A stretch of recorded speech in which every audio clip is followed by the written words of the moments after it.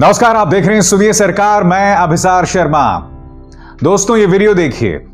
ये नजारा अपने आप में अप्रत्याशित है, कल्पना से भी विचित्र। देखिए किस तरह से सरकार अपने किसानों से ही डरी हुई है। इसने अपने किसानों की बैरिकेडिंग कर दी है, नुकीले तार लगा दिए हैं, सड़कों पर कील ठोक दिए हैं। और इस वीडियो में तो देखिए जेसीबी से गड्ढे खुदवाए जा रहे हैं। एक सरकार जिसके पास पूरा बहुमत है, क्या वो अपने किसानों से इस कदर डर गई? उस किसान से आप 11 दौर की बातचीत कर चुके हैं, तो फिर उसे इस तरह से सिंघू बॉर्डर पर, गाजीपुर बॉर्डर पर या शाहजहांपुर बॉर्डर पर इस तरह से रोक के रखना। और सबसे बड़ी बात, परमानेंट सीमेंट स्ट्रक्चर्स लगाए जा रहे हैं। जो स्थायी सीमेंट स्ट्रक्चर हैं उन्हें वहां पर लगाया जा रहा है। यह सरकार को कौन इस तरह की सलाह दे रहा है मैं नहीं जानता हूं दोस्तों, मगर मैं सरकार को यह नसीहत देना चाहता हूं कि अगर तुम्हें दमखम दिखाना है, अगर तुम्हें लोहा लेना है, तो अपने किसानों से लोहा मत लो। तुम्हें अगर लोहा लेना है तो LAC के पार जाके चीनी सैनिकों से लोहा लो, उन चीनी सैनिकों से जिन्होंने मेरे 20 जवानों को शहीद कर दिया था। और मैं आपको बता दूं दोस्तों, यह मुद्दा भी बड़ा राजनीतिक मुद्दा बनता जा रहा है। जिस तरह से किसानों की घेरेबंदी की जा रही है, जिस तरह से सीमेंट के स्ट्रक्चर लगाए जा रहे हैं, जिस तरह से नुकीली तार और कीले लगाए जा रहे हैं, यह बड़ा राजनीतिक मुद्दा बन गया है। आपके स्क्रीन पर प्रियंका गांधी वाड्रा का यह बयान, जिसमें वो कह रही है कि किसान के खिलाफ मोदी सरकार ने युद्ध छेड़ रखा है।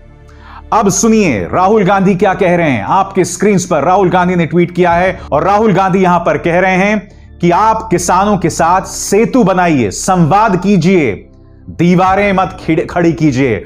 Build bridges not walls. यह है राहुल गांधी का संदेश। आज मैं सरकार से पूछना चाहता हूं कि क्या इस तरह का शौर्य तुम उस किसानों के साथ ही दिखाओगे जो अब तक शांतिपूर्ण तरीके से अपनी बात रखता आ रहा है? दोस्तों, मैं आपको एक कहानी बताता हूं। कहानी नहीं, हकीकत है। आपकी स्क्रीन पर यह है गुरतेज सिंह। जानते हैं गुरतेज सिंह कौन है? गुरतेज सिंह जब गालवान घाटी में चीन के साथ संघर्ष हुआ था, उन 20 सैनिकों में शामिल था और अभी 26 जनवरी 2021 को इसे वीर चक्र से सम्मानित किया गया था। गुरतेज के पिता सिंघू बॉर्डर पहुंचे थे किसानों की आवाज उठाने। चाहे गुरतेज हो या उनके पिता, दोनों सरकारी नीतियों का उन्होंने खमियाजा उठाया, नुकसान उठाया। क्यों? क्योंकि गालवान घाटी में लगातार गुप्तचर एजेंसीज के जरिए यह चेतावनी दी जा रही थी कि चीन हमारी जमीन में प्रवेश कर रहा है। फिंगर 8 से वो फिंगर 4 में पहुंच गया है। मगर मैं नहीं जानता हूं कि सरकार ने आखिर इस मुद्दे पर कार्रवाई क्यों नहीं की। नतीजा आपके सामने है। चीन हमारी जमीन पर आकर बैठ गया और आपके सामने गुरतेज सिंह जैसा शहीद। उसी तरह से उनके पिता जो हैं, वो पहुंचे सिंघू बॉर्डर अपनी बात रखने के लिए।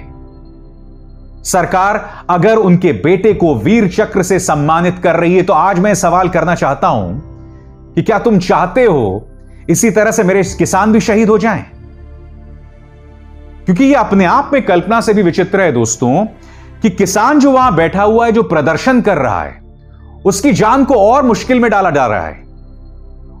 वो शौच नहीं कर सकता, उस तक पानी नहीं पहुंचने दिया जा रहा, उस तक खाना नहीं पहुंचने दिया जा रहा है। वो किसान है, आतंकवादी नहीं है, दुश्मन नहीं है। मान लिया कि सिंघू बॉर्डर के आसपास जो लोग बसे हुए हैं उन्हें यकीनन तकलीफ हो रही है, मगर इसका जवाब नंदलाल गुर्जर की धमकियां नहीं हो सकती हैं। बीजेपी विधायक नंदलाल गुर्जर की धमकियां नहीं हो सकती हैं, जो पुलिस से कह रहा है कि किसानों पर गोलियां चलाओ। जी नहीं, नंदलाल गुर्जर के खिलाफ योगी सरकार को कार्रवाई करनी चाहिए।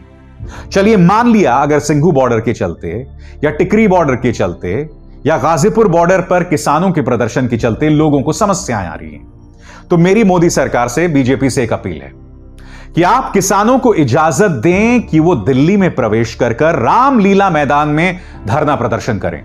क्योंकि रामलीला मैदान में आप जानते हैं, चाहे अन्ना आंदोलन हो, चाहे अन्य कई बड़े आंदोलन हो, वहां पर लोगों ने प्रदर्शन किया है। तो आप किसान को जंतर मंतर या रामलीला मैदान आने क्यों नहीं दे रहे हैं? मैं जानना चाहता हूं। मैं आपको बताता हूं क्यों। आप इसलिए नहीं दे रहे हैं क्योंकि आपको इस बात का डर लगता है कि अगर वो किसान वहां पहुंच गया तो यह आंदोलन और बड़ा हो जाएगा। अगर किसान वहां पहुंच गया तो आंदोलन तहरीर स्क्वायर जैसा हो जाएगा जो कि मिस्र में हुआ था। अन्ना आंदोलन हो जाएगा जिसने जमीन तैयार कर दी थी 2011, 12 और 13 में कांग्रेस की रुखसती की। मगर तुम ये नहीं समझ रहे हो, जितना दमन तुम किसान पर करोगे, जितना अत्याचार तुम उस किसान पर करोगे, जितना झूठ का प्रचार प्रसार तुम किसान पर करोगे, उसका नुकसान किसी और को नहीं बल्कि तुम्हें होने वाला है।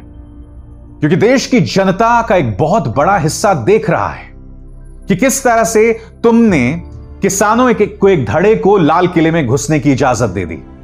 फिर एक रहस्यमय कैरेक्टर दीप सिद्धू आता है, वो किसानों के साथ देखा जाता है।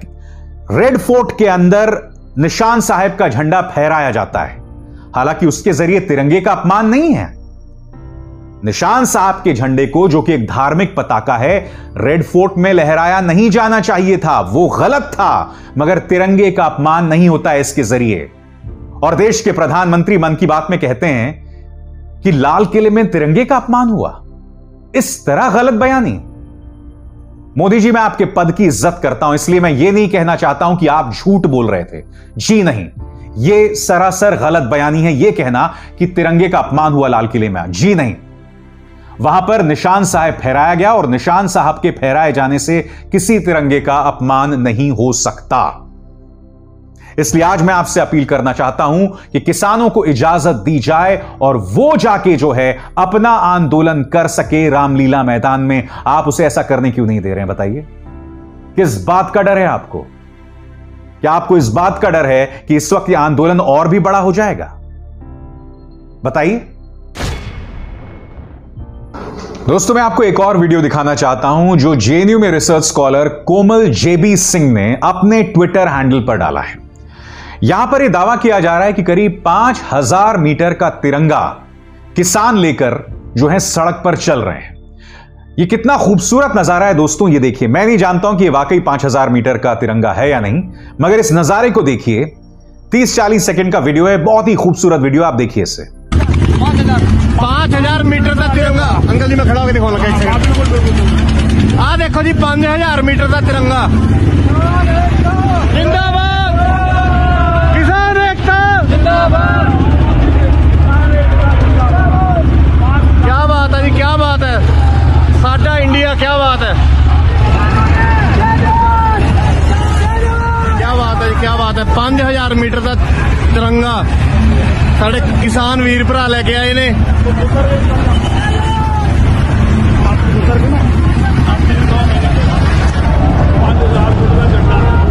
आज ये किसान बार बार इस बात का प्रमाण दे रहा है कि चाहे राष्ट्रवाद हो, देशभक्ति हो, वो भारतीय जनता पार्टी पर अव्वल है, वो हमारी गोदी मीडिया पर अव्वल है। जी हां, इसी किसान को जब वो सिंघू बॉर्डर भी नहीं पहुंचा था तुमने बदनाम किया, मगर वो बार बार तुम्हें धर्मनिरपेक्षता क्या होती है, इंसानियत क्या होती है और राष्ट्रवाद क्या होता है उसकी मिसाल दे रहा है। अब भी तुम्हारे पास मौका है, अपनी गलतियों को स्वीकार करो। मैं बार बार अपने कार्यक्रमों में अपील करता हूं, न सिर्फ किसानों से बल्कि बीजेपी से भी, और एक बार फिर वो अपील करने जा रहा हूं दोस्तों। मैं किसानों से मेरी अपील कि आपका आंदोलन एक बहुत ही खूबसूरत आंदोलन है। आपने सत्याग्रह की बहुत ही बेशकीमती मिसाल पेश की है, इसलिए चाहे कुछ भी हो जाए आपको नहीं बौखलाना है, कुछ भी हो जाए आपको नहीं भड़कना है, कुछ भी हो जाए, चाहे जितना भी हिंसा का आपके खिलाफ इस्तेमाल हो, आपको उस हिंसा का जवाब हिंसा से नहीं देना है। क्योंकि आपसे एक गलती हुई, आपकी एक गलती को बढ़ा चढ़ाकर पेश कर दिया जाता है। इसकी ढेरों मिसालें आपके सामने हैं। मसलन दिल्ली हाईकोर्ट के सामने दोस्तों यह याचिका दायर हुई है क्योंकि आज तक ने यह दावा किया था कि किसानों ने जो 2 राज्यों की झांकियां हैं उससे नुकसान पहुंचाया था, उसके साथ तोड़फोड़ की थी। 26 जनवरी में आप जानते हैं अलग अलग राज्यों की झांकियां जाती हैं, तो उत्तर प्रदेश और एक और राज्य की झांकी को किसानों ने नुकसान पहुंचाया, यह आज तक की एक रिपोर्ट ने दावा किया था। उसे चुनौती देते हुए दिल्ली हाईकोर्ट में याचिका दाखिल की गई है। और तो और आज तक को बाकायदा नोटिस जारी किया है। यह है देश का सबसे ज्यादा देखे जाने वाला चैनल। और इनकी एक और शरारत देखिए दोस्तों, यह खबर देख रहे हैं आप, इस खबर में दावा किया गया कि पाकिस्तान की सीमा से सटे लोग जो हैं वो सिंघू बॉर्डर का रुख कर रहे हैं। इनकी शैतानी देखिए दोस्तों, जो लोग रवाना हुए थे वो लोग अमृतसर से हो रहे थे। अमृतसर का पाकिस्तान से कोई लेना देना नहीं है, मगर जानबूझकर ये लोग पाकिस्तान जोड़ते हैं। क्यों जोड़ा इन्होंने पाकिस्तान? क्योंकि बहुत आसान है, किसी भी आंदोलन को, किसी भी जत्थे को, किसी भी शख्स को आप पाकिस्तान से जोड़ दीजिए, वो देशद्रोही हो जाता है। तो इस तरह की बदमाशियां हमारा मीडिया कर रहा है, हमारा मुख्य धारा का मीडिया कर रहा है। और इसलिए मैं बार बार कह रहा हूं दोस्तों, और यह नसीहत मैं उन पत्रकारों को भी दे रहा हूं जो इस वक्त उन मीडिया चैनल्स में काम कर रहे हैं, तुम्हारी विश्वसनीयता खत्म हो चुकी है। तुम्हारी आत्माएं अंदर से सड़ गल चुकी हैं। तुम अपने आप से सवाल पूछो ना, तुम नौकरी किसकी कर रहे हो? तुम अपने संस्थान की भी नौकरी नहीं कर रहे हो, तुम नौकरी कर रहे हो एक पॉलिटिकल पार्टी की। समझे? इन चैनल्स के अंदर अगर एक गलती एक पत्रकार से हो जाए और अगर उस गलती से बीजेपी को नुकसान हो रहा हो तो उन पर एक्शन लिया जाता है, उनकी एक एक महीने की सैलरी काट दी जाती है, उन्हें प्राइम टाइम से हटा दिया जाता है। मगर इनके जो बाकी एंकर्स हैं वो तो दंगा भड़का रहे हैं, उनके खिलाफ कोई एक्शन लिया जाता है? नहीं लिया जाता है। मैं आपको 2 मिसालें दे चुका हूं, मगर कुछ किया गया? नहीं किया गया।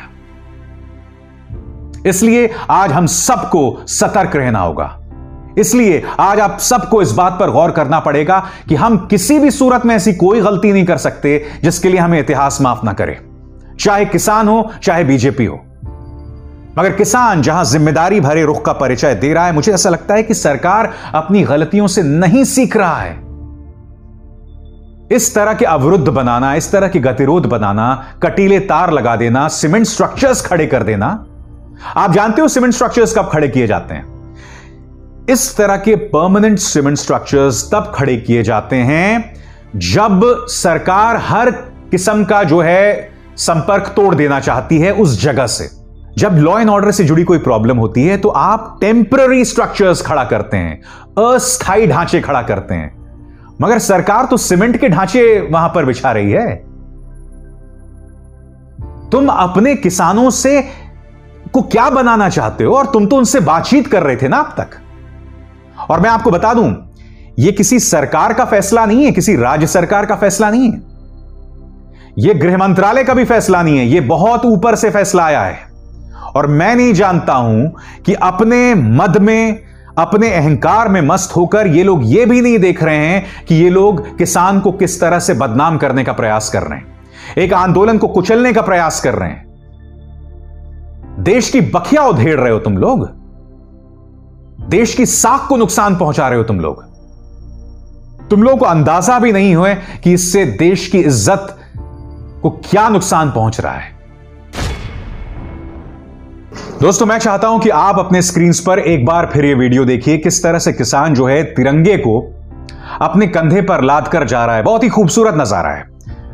हालांकि मैं सांकेतिक राष्ट्रवाद में विश्वास नहीं करता, मगर मैं आपसे एक बात पूछना चाहता हूं, क्या देशद्रोहियों की ऐसी हरकतें होती हैं? क्या देशद्रोही देश से जुड़ने का इस कदर प्रयास करता है?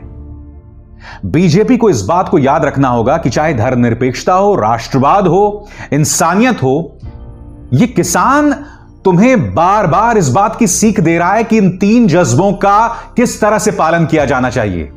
चाहे राष्ट्रवाद हो या इंसानियत, वो तुमसे कोसों आगे है। और कुछ और नहीं तो राजनाथ सिंह जी की बात सुन लेते। राजनाथ सिंह ने क्या कहा था उस इंटरव्यू में?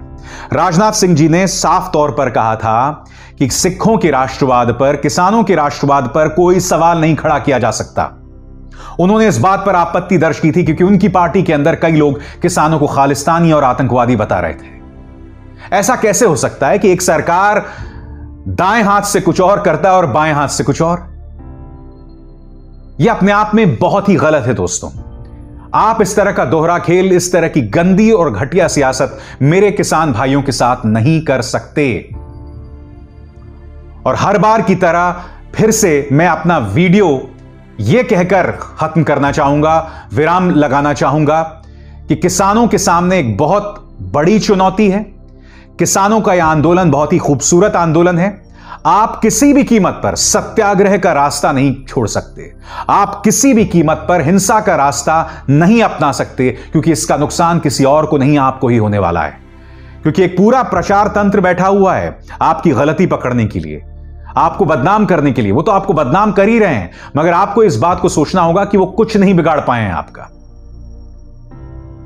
वो बार बार खुद को एक्सपोज कर रहे हैं, ये बतलाकर कि वो किसी और की नहीं बल्कि बीजेपी की नौकरी कर रहे हैं। इसलिए पूरे दमखम के साथ, पूरे होशो हवास के साथ आप टिके रहिए, मगर कोई ऐसा काम मत कीजिए चाहे सामने वाला आपको लगातार भड़काते रहे। ऐसा काम मत कीजिए जिससे आंदोलन बिगड़ जाए और आप और बदनामी सहें। सुनिए सरकार में बस इतना ही। अभिसार शर्मा को दीजिए इजाजत। नमस्कार।